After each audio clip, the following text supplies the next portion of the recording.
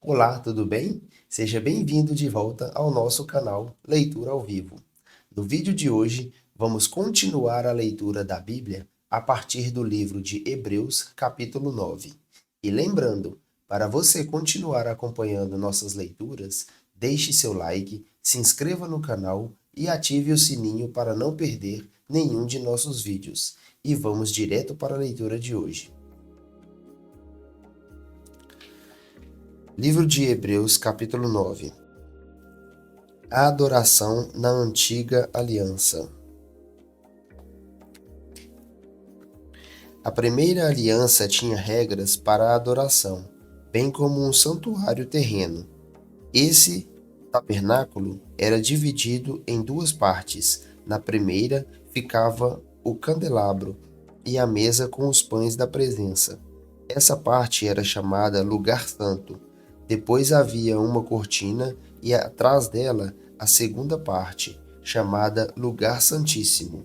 Nessa parte ficava o altar de ouro para o incenso e a arca da aliança, inteiramente coberta de ouro. Dentro da arca havia um vaso de ouro contendo maná, a vara de Arão que floresceu e as tábuas de pedra da aliança. Sobre a arca ficavam os querubins da glória divina, cuja sombra se estendia por cima do lugar de expiação. Mas agora não é o momento de explicar essas coisas em detalhes. Quando tudo estava preparado, os sacerdotes entravam regularmente no lugar santo para cumprir seus deveres sagrados, mas apenas o sumo sacerdote, e só uma vez por ano, entrava no lugar santíssimo. Ele sempre apresentava o sangue do sacrifício pelos próprios pecados e pelos pecados que o povo havia cometido por ignorância.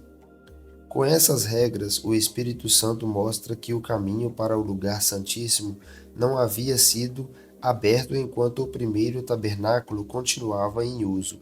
Essa é uma ilustração que aponta para o tempo presente, pois as ofertas e os sacrifícios que os sacerdotes apresentam não podem criar no adorador uma consciência totalmente limpa. Tratava-se apenas de alimentos e bebidas e várias cerimônias de purificação. Eram regras externas, válidas apenas até que se estabelecesse um sistema melhor. Cristo é o sacrifício perfeito. Cristo se tornou o sumo sacerdote de todos os benefícios para presentes. Ele entrou naquele tabernáculo maior e mais perfeito no céu, que não foi feito por mãos humanas, nem faz parte deste mundo criado. Com seu próprio sangue, e não com o sangue de bodes de bezerros, entrou no lugar santíssimo de uma vez por todas e garantiu redenção eterna.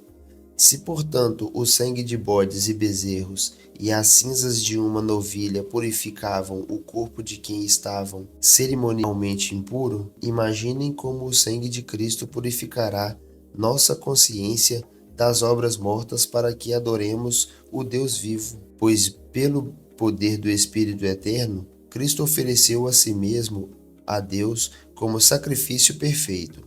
Por isso, ele é o mediador da nova aliança, para que todos que são chamados recebam a herança eterna que foi prometida. Porque Cristo morreu para libertá-los do castigo dos pecados que haviam cometido sob a primeira aliança. Quando alguém deixa um testamento, é necessário comprovar a morte daquele que o fez. O testamento só se torna válido após a morte da pessoa. Enquanto ela ainda estiver viva, o testamento não entra em vigor. É por isso que até mesmo a primeira aliança foi sancionada com sangue.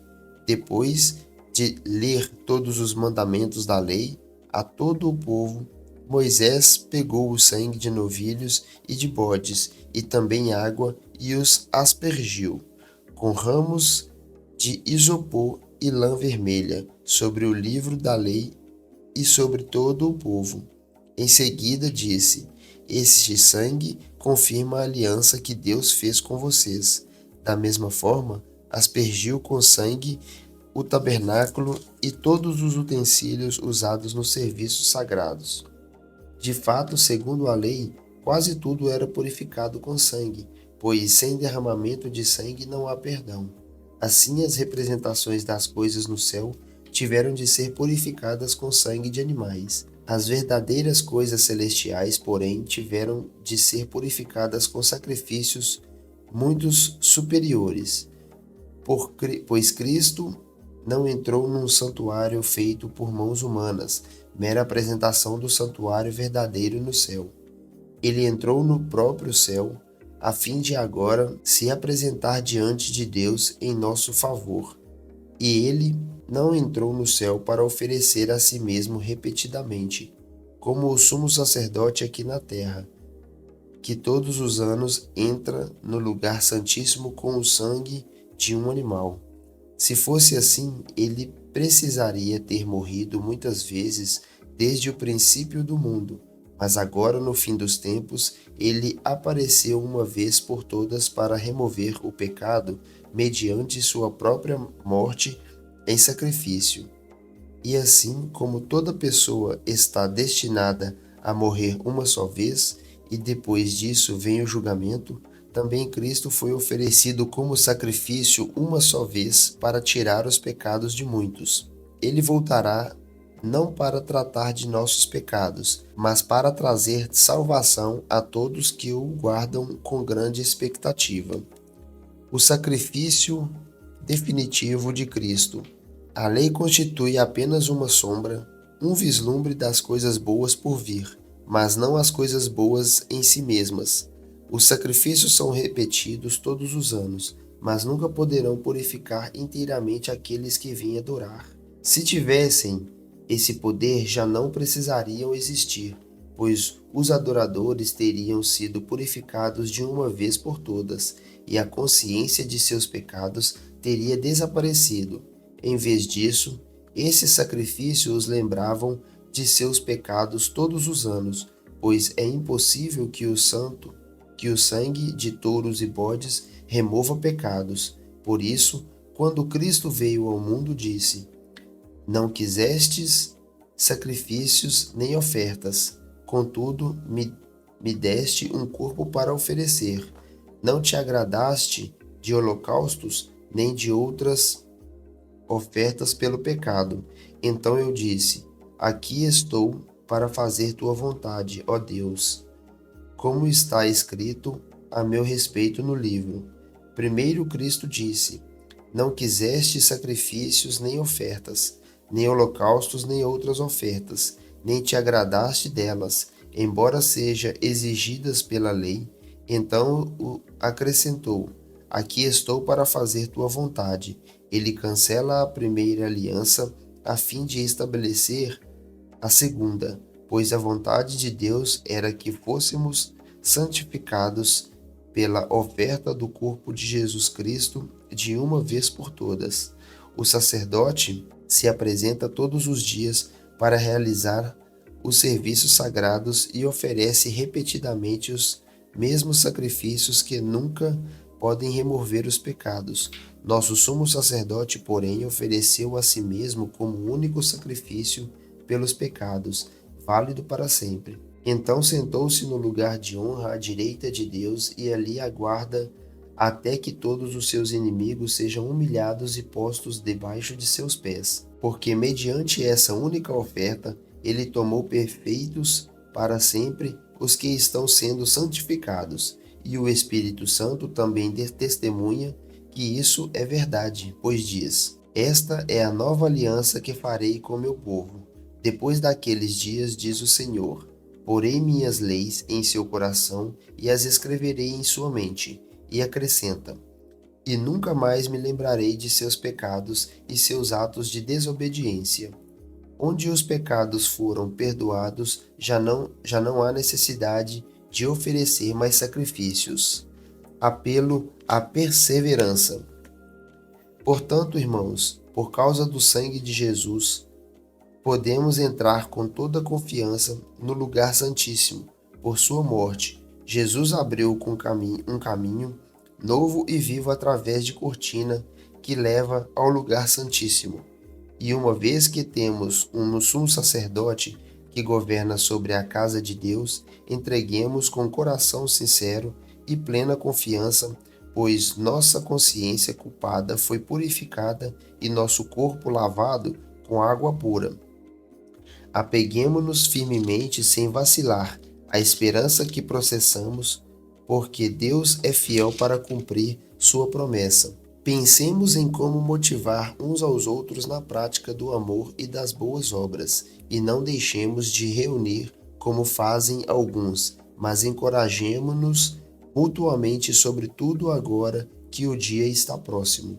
Se continuarmos a pecar deliberadamente, depois de ter recebido o conhecimento da verdade, já não há sacrifício que cubra esses pecados. Há somente a assustadora expectativa do julgamento e do fogo intenso, que consumirá os inimigos, pois quem se recusava a obedecer à lei de Moisés era morto sem misericórdia. Com base no depoimento de 2 ou 3 testemunhas, imaginem quão maior será o castigo para quem insultou o Filho de Deus, tratou como comum e profano o sangue da aliança, que santificou e menosprezou o Espírito Santo, que concede graça, pois conhecemos aquele que disse: A vingança cabe a mim, eu lhes darei o que merecem. E também, o Senhor julgará o seu povo. Que coisa terrível é cair nas mãos do Deus vivo. Lembrem-se dos primeiros dias, quando foram iluminados, e de como permaneceram firmes apesar de muita luta e sofrimento. Houve ocasiões em que foram expostos a insultos e espancamentos. Em outras, ajudaram os que passavam pelas mesmas coisas, sofreram com os que foram presos e aceitaram com alegria quando lhes foi tirado tudo o que possuíam. Sabiam que lhes esperavam coisas melhores que durarão para sempre. Portanto, não abra mão de sua firme confiança. Lembrem-se da grande recompensa que ela lhes traz. Vocês precisam perseverar a fim de que, depois de terem feito a vontade de Deus, recebam tudo o que ele lhes prometeu. Pois em breve virá aquele que está para vir, não se atrasará. Meu justo viverá pela fé. Se ele se afastar, porém, não me agradarei dele. Mas não somos como aqueles que se afastam para sua própria destruição. Somos pessoas de fé cuja alma é preservada. Grandes exemplos de fé. A fé mostra a realidade daquilo que esperamos. Ela nos dá a convicção de coisas que não vemos. Pela fé, pessoas em tempos passados obtiveram aprovação. Pela fé, entendemos que todo o universo foi formado pela palavra de Deus. Assim, o que se vê originou-se daquilo que não se vê. Pela fé, Abel apresentou a Deus um sacrifício superior ao de Caim. Com isso, mostrou que era um homem justo e Deus aprovou suas ofertas. Embora há muito esteja morto, ainda fala por meio de seu exemplo. Pela fé, Enoque foi levado para o céu sem ver a morte. Ele desapareceu porque Deus o levou para junto de si. Porque antes de ser levado, ele era conhecido para agradar a Deus. Sem fé é impossível agradar a Deus. Quem deseja se aproximar de Deus deve crer que ele existe e que recompensa aqueles que o buscam pela fé. Noé construiu uma grande embarcação para salvar sua família do dilúvio. Ele obedeceu a Deus, que o advertiu a respeito de coisas que nunca havia acontecido. Pela fé, condenou o resto do mundo e recebeu a justiça que vem por meio da fé. Pela fé, Abraão obedeceu quando foi chamado para ir a outra terra que ele receberia como herança. Ele partiu sem saber para onde ia, e mesmo quando chegou à terra que lhe havia sido prometida, viveu ali pela fé, pois era como estrangeiro, morando em tendas. Assim também fizeram Isaque e Jacó, que herdaram a mesma promessa. Abraão esperava confiantemente pela cidade de alicerces eternos, planejada e construída por Deus. Pela fé, até mesmo Sara, embora estéril e idosa, pôde ter um filho. Ela creu que Deus era fiel para cumprir sua promessa, e assim, uma nação inteira veio deste homem, velho e sem vigor, uma nação numerosa como as estrelas do céu e incontável como a areia da praia. Todos eles morreram na fé, embora não tenham recebido todas as coisas que lhes foram prometidas, as avistaram de longe e de bom grado as aceitaram. Reconheceram que eram estrangeiros e peregrinos neste mundo. Evidentemente, quem fala desse modo espera ter sua própria pátria. Se quisessem, poderiam ter voltado à terra de onde saíram, mas buscavam uma pátria superior, um lar celestial. Por isso, Deus não se envergonha de ser chamado o Deus deles, pois lhes preparou uma cidade. Pela fé, Abraão, ao ser posto à prova, ofereceu Isaque como sacrifício. Abraão, que havia recebido as promessas, estava disposto a sacrificar seu único filho, embora Deus lhe tivesse dito: Isaque é o filho de quem depende sua descendência. Concluiu que, se Isaque morresse, Deus tinha poder para trazê-lo de volta à vida, e, em certo sentido, recebeu seu filho de volta dos mortos. Pela fé, Isaque prometeu bênçãos para o futuro de seus filhos Jacó e Esaú. Pela fé, Jacó, prestes a morrer, abençoou cada um dos filhos de José e se curvou para adorar, apoiado em seu cajado. Pela fé, José, no fim da vida, declarou com toda a confiança que os israelitas deixariam o Egito e deu ordens para que cuidassem de seus ossos. Pela fé, os pais de Moisés o esconderam por 3 meses, tão logo ele nasceu, pois viram que a criança era linda e não tiveram medo de desobedecer ao decreto do rei. Pela fé, Moisés, já adulto, recusou ser chamado filho da filha do faraó, preferindo ser maltratado junto com o povo de Deus a aproveitar os prazeres transitórios do pecado. Considerou melhor sofrer por causa do Cristo do que possuir os tesouros do Egito, pois tinha em vista sua grande recompensa. Pela fé, saiu do Egito, sem medo da ira do rei, e prosseguiu sem vacilar, como quem vê aquele que é invisível. Pela fé, ordenou que o povo de Israel celebrasse a Páscoa e as perseguisse com sangue os batentes das portas, para que o anjo da morte não matasse seus filhos mais velhos. Pela fé, o povo de Israel atravessou o Mar Vermelho como se estivesse em terra seca. Quando os egípcios tentaram segui-los, morreram todos afogados. Pela fé, o povo marchou ao redor de Jericó durante 7 dias, e suas muralhas caíram. Pela fé, a prostituta Rabi não foi morta com os habitantes de sua cidade, que se recusavam a obedecer, pois ela acolheu em paz os espiões. Quanto mais preciso dizer, levaria muito tempo para falar sobre a fé que Gideão, Baraque, Sansão, Jefté, Davi, Samuel e os profetas tiveram. Pela fé, eles conquistaram reinos, governaram com justiça e receberam promessas.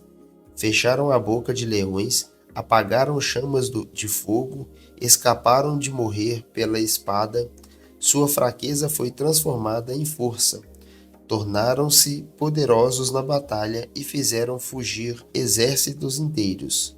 Mulheres receberam de volta seus queridos que haviam morrido. Outros, porém, foram torturados recusando-se a ser libertos, e depositaram sua esperança na ressurreição para uma vida melhor. Alguns foram alvo de zombaria e açoites, e outros acorrentados em prisões. Alguns morreram apedrejados, outros foram cerrados ao meio e outros ainda mortos à espada. Alguns andavam vestidos com peles de ovelhas e cabras, necessitados, afligidos e maltratados. Alguns andavam vestidos com peles de ovelhas e cabras, necessitados, afligidos e maltratados. Este mundo não era digno deles. Vagaram por desertos e montes, escondendo-se em cavernas e buracos na terra. Todos eles obtiveram aprovação por causa de sua fé. No entanto, nenhum deles recebeu tudo o que havia sido prometido, pois Deus tinha algo melhor preparado para nós, de modo que sem nós eles não chegassem à perfeição. A disciplina de Deus comprova seu amor. Portanto, uma vez que estamos rodeados de tão grande multidão de testemunhas, livremo-nos de todo peso que nos torna vagaroso e do pecado que nos atrapalha, e corramos com perseverança a corrida que foi posta diante de nós. Mantenhamos o olhar firme em Jesus, o líder e aperfeiçoador de nossa fé. Por causa da alegria que o esperava, ele suportou a cruz sem se importar com a vergonha. Agora ele está sentado no lugar de honra à direita no trono de Deus. Pensem em toda a hostilidade que ele suportou dos pecadores. Desse modo, vocês não ficarão cansados nem desanimados. Afinal, ainda não chegaram a arriscar a vida na luta contra o pecado. Caso vocês se esqueceram das palavras de ânimo de Deus que lhes dirigiu como filhos dele, ele disse: Meu filho, não despreze a disciplina do Senhor, não desanime quando ele o corrigir, pois o Senhor disciplina quem ele ama e castiga todo aquele que aceita como filho. Enquanto suportam essa disciplina de Deus, lembrem-se de que ele os trata como filhos. Quem já ouviu falar de um filho que nunca foi disciplinado pelo pai? Se Deus não os disciplina, como faz com todos os seus filhos? Significa que vocês não são filhos de verdade, mas ilegítimos, uma vez que respeitávamos nossos pais terrenos que nos disciplinavam. Não devemos nos submeter ainda mais à disciplina do Pai de nosso espírito e assim obter vida, pois nossos pais nos disciplinaram por alguns anos como julgaram melhor. Mas a disciplina de Deus é sempre para o nosso bem, a fim de que participemos de sua santidade. Nenhuma disciplina é agradável no momento em que é aplicada. Ao contrário, é dolorosa. Mais tarde, porém, produz uma colheita de vida justa e de paz para os que assim não são corrigidos.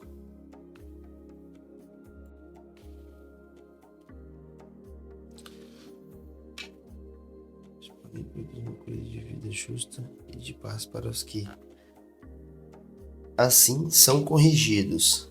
Portanto, revigorem suas mãos cansadas e seus joelhos enfraquecidos. Façam caminhos retos para seus pés, a fim de que os mancos não caiam, mas sejam fortalecidos. Apelo para ouvir a Deus. Esforcem-se para viver em paz com todos e procurem ter uma vida santa, sem a qual ninguém verá o Senhor. Cuidem uns dos outros para que nenhum de vocês deixe de experimentar a graça de Deus. Fiquem atentos para que não brote nenhuma raiz venenosa de amargura que cause perturbação, contaminando muitos. Vigiem para que ninguém seja imoral ou profano, como Esaú, que trocou seus direitos como filho mais velho por uma simples refeição. Como você sabe, mais tarde, quando ele quis a bênção do pai, foi rejeitado. Era tarde para que houvesse arrependimento. Embora ele tivesse implorado com lágrimas, vocês não chegaram a um monte que se pode tocar, a um lugar de fogo, ardente escuridão, trevas e vendaval, ao toque da trombeta e a voz tão terrível que aqueles que a ouviram suplicaram que nada mais lhes fosse dito, pois não podiam suportar a ordem que recebiam. Se até mesmo um animal trocar no monte, deve ser apedrejado.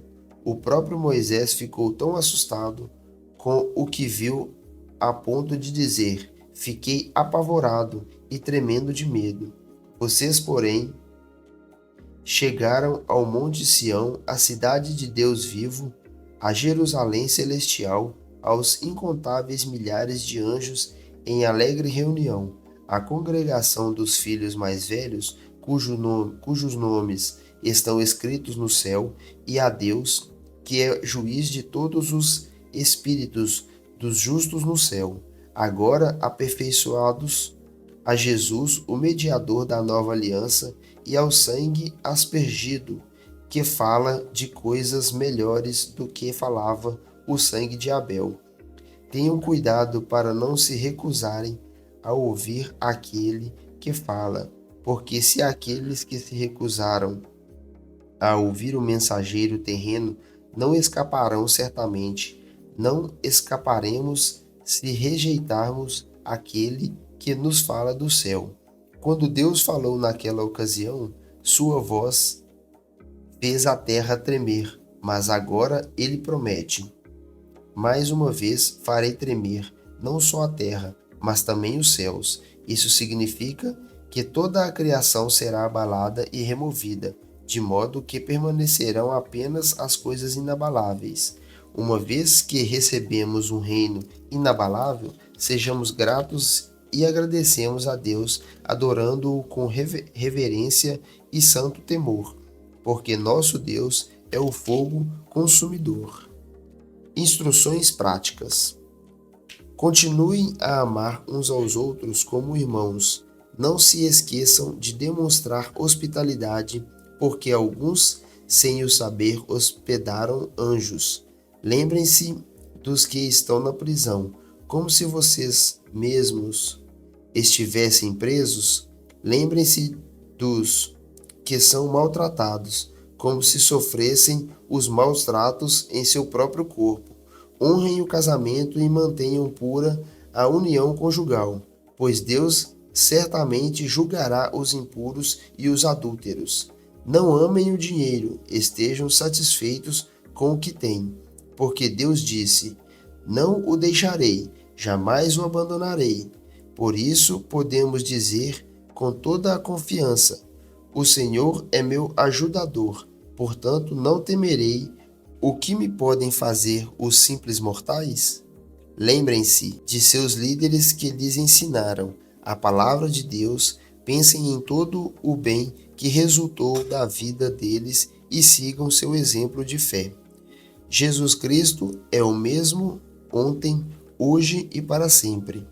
Portanto, não se deixem atrair por ensinos novos e estranhos.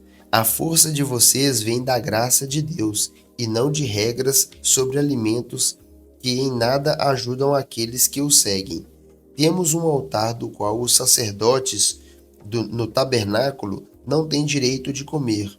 O sumo sacerdote traz o sangue dos animais para o lugar santo, como sacrifício pelo pecado.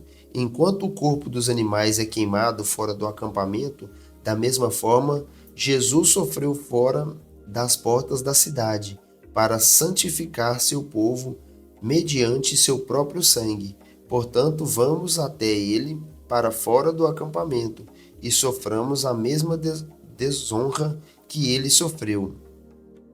Pois não temos neste mundo uma cidade permanente, aguardamos a cidade por vir. Assim, por meio de Jesus, ofereçamos um sacrifício constante de louvor a Deus, o fruto dos lábios que proclamam seu nome. E não se esqueçam de fazer o bem, de repartir o que têm com os necessitados, pois esses são os sacrifícios que agradam a Deus. Obedeçam a seus líderes e façam o que disserem.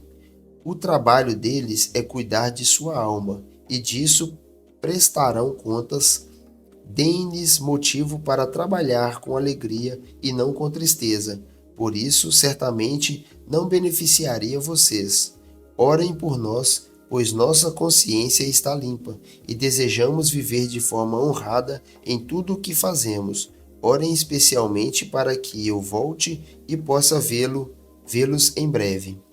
E agora, que o Deus da paz, que trouxe de volta dos mortos nosso Senhor Jesus, o grande pastor das ovelhas, e confirmou uma aliança eterna com seu sangue, os capacite em tudo que precisam, para fazer a vontade dele, que ele produza em vocês mediante o poder de Jesus Cristo.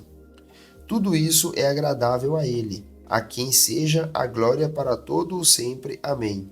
Suplico a vocês, irmãos, que prestem atenção naquilo que lhes escrevi, nesta breve exortação. Quero que saibam que nosso irmão Timóteo já saiu da prisão.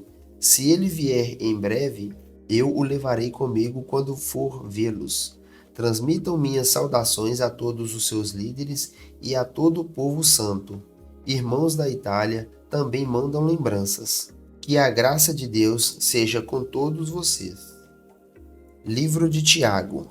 Saudações de Tiago.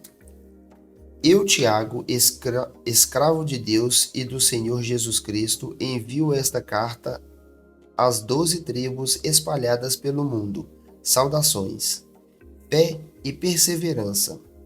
Meus irmãos, considerem motivo de grande alegria sempre que passarem por qualquer tipo de provação, pois sabem que, quando sua fé é provada, a perseverança tem a oportunidade de crescer, e é necessário que ela cresça, pois quando estiver plenamente desenvolvida, vocês serão maduros e completos sem que nada lhes falte.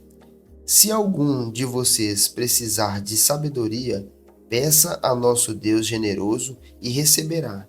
Ele não os repreenderá por pedirem, mas quando pedirem, façam-no com fé, sem vacilar, pois aquele que duvida é como a onda do mar, empurrada, agitada pelo vento.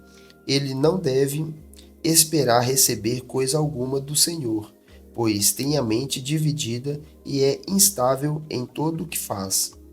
O irmão que é pobre tem motivo para se orgulhar, porque é digno de honra, e o que é rico deve se orgulhar, porque é insignificante. Ele murchará como uma pequena flor do campo, o sol quente se levanta e a grama seca, a flor perde o viço e cai, e sua beleza desaparece. Da mesma forma murchará o rico com todas as suas realizações. Feliz é aquele que suporta com paciência as provações e tentações, porque depois receberá a coroa da vida que Deus prometeu àqueles que o amam. E quando vocês forem tentados, não digam: essa tentação vem de Deus, pois Deus nunca é tentado a fazer o mal, e ele mesmo nunca tenta alguém. A tentação vem de nossos próprios desejos, que nos seduzem e nos arrastam. Esses desejos dão à luz o pecado, e quando o pecado se desenvolve plenamente, gera a morte. Não se deixem enganar, meus amados irmãos. Toda dádiva que é boa, é perfeita, vem do alto, do Pai, que criou as luzes no céu. Nele não há variação, nem sombra de mudança. Por sua própria vontade, ele nos gerou por meio de sua palavra verdadeira, e nós, dentre toda a criação, nos tornamos seus primeiros frutos. Ouvir e praticar.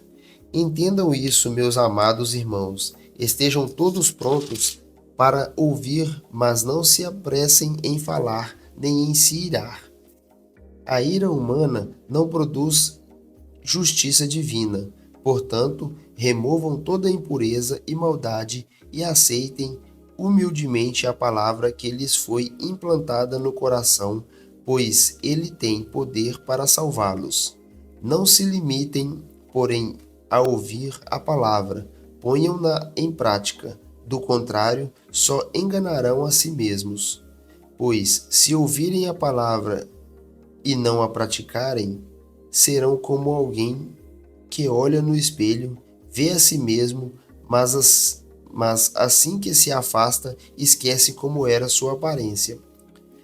Se, contudo, observarem atentamente a lei perfeita que os liberta, perseverarem nela e a puserem em prática, sem esquecer o que ouviram, serão felizes no que fizeram. Se algum de vocês afirma ser religioso, mas não controla a língua, engana a si mesmo, e a sua religião não tem valor. A religião pura e verdadeira aos olhos de Deus, o Pai, é esta: cuidar dos órfãos e das viúvas em suas dificuldades e não se deixar corromper pelo mundo. Advertência contra o preconceito. Meus irmãos, como podem afirmar que têm fé em nosso glorioso Senhor Jesus Cristo se mostram favorecimento a algumas pessoas?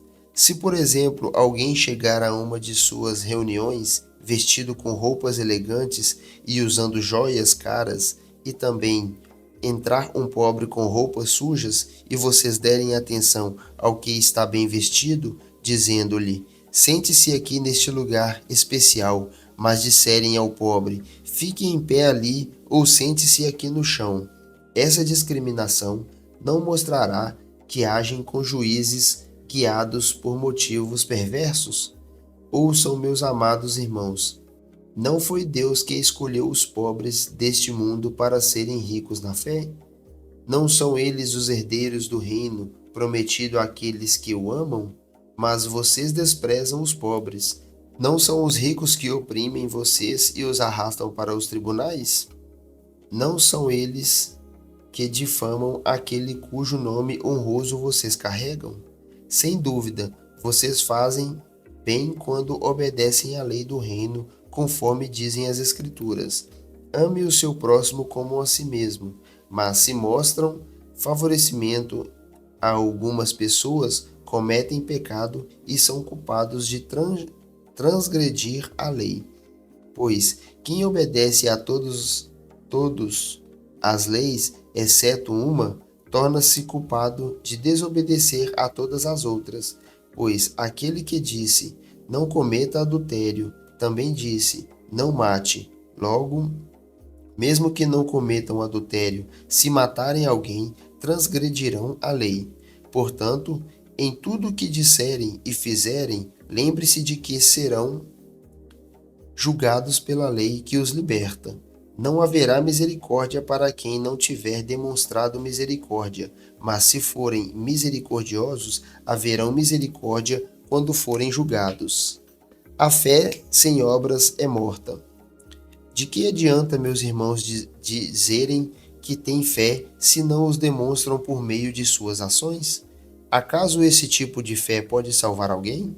Se um irmão ou uma irmã necessitar de alimento ou de roupa, e vocês disserem: até logo e tenham um bom dia, aqueçam-se, coma bem, mas não lhe derem alimento nem roupa, em que isso ajuda? Como veem, a fé por si mesma, a menos que produza boas obras, está morta. Mas alguém pode argumentar: uns têm fé, outros têm obras. Mostre-me sua fé sem obras, e eu, pelas minhas obras, lhe mostrarei minha fé. Você diz: crer que há um único Deus. Muito bem, até os demônios creem nisso e tremem de medo. Quanta insensatez!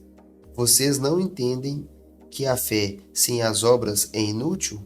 Não lembram que nosso antepassado Abraão foi declarado justo por suas ações quando ofereceu seu filho Isaque sobre o altar? Como veem, sua fé e suas ações atuaram juntas e assim as ações tornaram a fé completa. E aconteceu exatamente como as Escrituras dizem. Abraão creu em Deus e assim foi considerado justo. Ele até foi chamado amigo de Deus. Vejam que somos declarados justos pelo que fazemos e não apenas pela fé. Rabi, a prostituta, é outro exemplo. Ela foi declarada justa por causa de suas ações quando escondeu os mensageiros e os fez sair em sua segurança por um caminho diferente. Assim como o corpo sem fôlego está morto, também a fé em obras está morta. A importância de controlar a língua. Meus irmãos, não sejam muitos de vocês mestres, pois nós, os que ensinamos, seremos julgados com mais rigor. É verdade que todos nós cometemos muitos erros. Se pudéssemos controlar a língua, seríamos perfeitos, capazes de nos controlar em todos os outros sentidos. Por exemplo, se colocamos um freio na boca do cavalo, podemos conduzi-lo para onde quisermos. Observem também que um pequeno leme faz um grande navio se voltar para onde o piloto deseja, mesmo com ventos fortes. Assim também a língua é algo pequeno que promove discursos grandiosos. Vejam como uma simples fagulha é capaz de incendiar uma grande floresta. E entre todas as partes do corpo, a língua é uma chama de fogo. É um mundo de maldade que corrompe todo o corpo. Ateia fogo a uma vida inteira, pois o próprio inferno a acende. O ser humano consegue domar toda espécie de animal, ave, réptil e peixe, mas ninguém consegue domar a língua. Ela é incontrolável e perversa, cheia de veneno mortífero.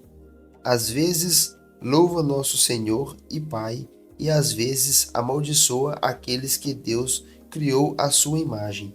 E assim, bênção e maldição saem da mesma boca. Meus irmãos, isso não está certo. Acaso de uma mesma fonte pode jorrar água doce e amarga? Pode a figueira produzir azeitonas ou a videira produzir figos?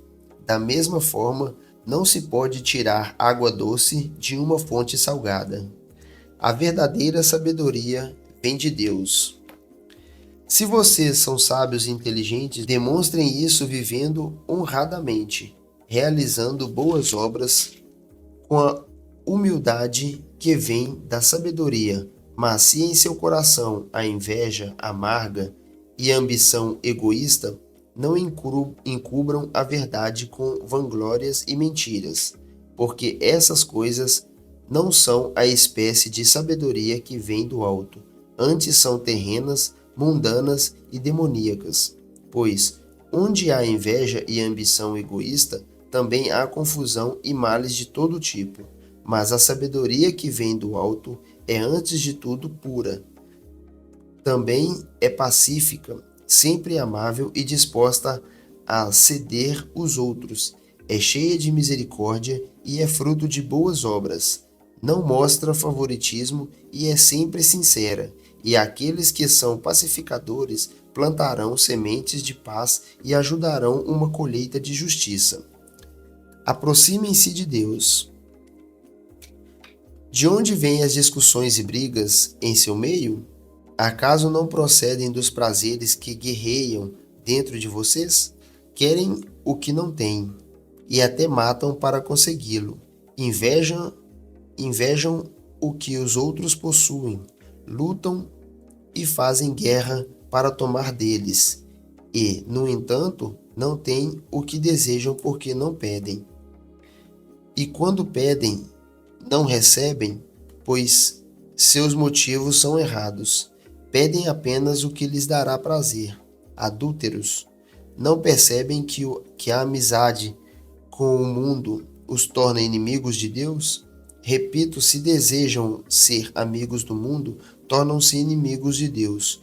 O que vocês acham que as Escrituras querem dizer quando afirmam que o Espírito colocado por Deus em nós tem ciúmes? Contudo, ele generosamente nos concede graça, como dizem as Escrituras. Deus se opõe aos orgulhosos, mas concede graça aos humildes. Resistam ao diabo. Portanto, submetam-se a Deus, resistam ao diabo, e ele fugirá de vocês. Aproximem-se de Deus, e ele se aproximará de vocês. Lavem as mãos, pecadores, purifiquem o coração, vocês que têm a mente dividida. Que haja lágrimas, lamentação e profundo pesar. Que haja choro em vez de riso, e tristeza em vez de alegria. Humilhem-se diante do Senhor, e ele os exaltará. Não julguem os outros. Irmãos, não falem mal uns dos outros. Se criticam e julgam uns aos outros, criticam e julgam a lei. Cabe-lhes, porém, praticar a lei e não julgá-la. Somente aquele que deu a lei é juiz, e somente ele tem poder de salvar ou destruir. Portanto, que direito vocês têm de julgar o próximo? Não confiem em si mesmos. Prestem atenção, vocês que dizem, hoje ou amanhã iremos a determinada cidade e ficaremos lá um ano. Negociaremos ali e teremos lucro. Como sabem o que será de sua vida amanhã? A vida é como a névoa ao amanhecer. Aparece por um pouco e logo se dissipa. O que devem dizer é: se o Senhor quiser, viveremos e faremos isso ou aquilo. Caso contrário, estarão se orgulhando de seus planos pretensiosos, e toda presunção como essa é maligna. Lembrem-se de que é pecado saber o que devem fazer e não fazê-lo. Advertências aos ricos. Prestem atenção. Vocês que são ricos, chorem e gemam de angústia por causa das desgraças que os esperam. Sua riqueza apodreceu, e suas roupas finas são trapos comidos por traças. Seu ouro e sua prata estão corroídos. A mesma riqueza com a qual vocês contavam devorará sua carne, como fogo. Esse tesouro corroído que vocês acumularam testemunhará contra vocês nos últimos dias.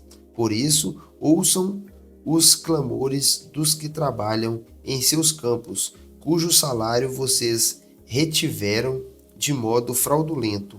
Sim, os clamores dos que fizeram a colheita em seus campos chegaram aos ouvidos do Senhor dos Exércitos. Vocês levam uma vida de luxo na terra, satisfazendo seus desejos e engordando a si mesmo para o dia do abate. Condenam e matam inocentes, sem que eles resistam. Paciência e perseverança.